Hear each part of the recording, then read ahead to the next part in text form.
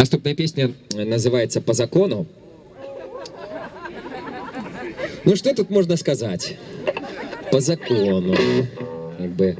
Все мы разумеем, что по закону гэтыя два слова уже не маюць ніякага значення, але мы хочам нам усім пажадаць, каб гэтыя два слова вярнулі сваё значэнне, і тыя, хто зараз робіць чэрнь полную не по закону, каб яны атрымалі по закону.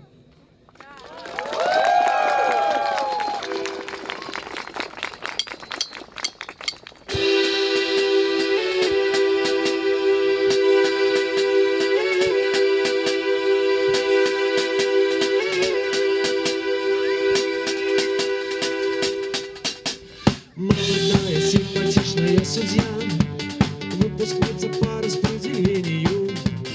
Молоточком тюкнула, прощай, семья. Отбываю я на исполнение. Этим молоточком бы по голове, чтобы о последствиях подумала. Як ты с гэтым на районе будешь жить? Лучше бы не выпила, типунула. Но нельзя по закону нельзя.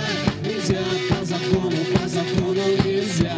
Нельзя по закону нельзя. Нельзя по закону нельзя.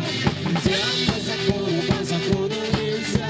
Нельзя по закону нельзя. Нельзя по закону нельзя. Нельзя по закону нельзя.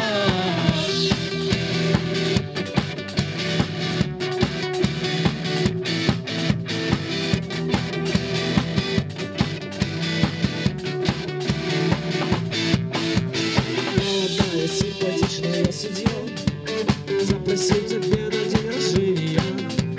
Применил наручники туда-сюда, опустила банка с подворения. Молодая, симпатичная судья, ты одна сидишь на подоконнике. По годам тебе уже нужна семья. Внедорожник даже два любовника.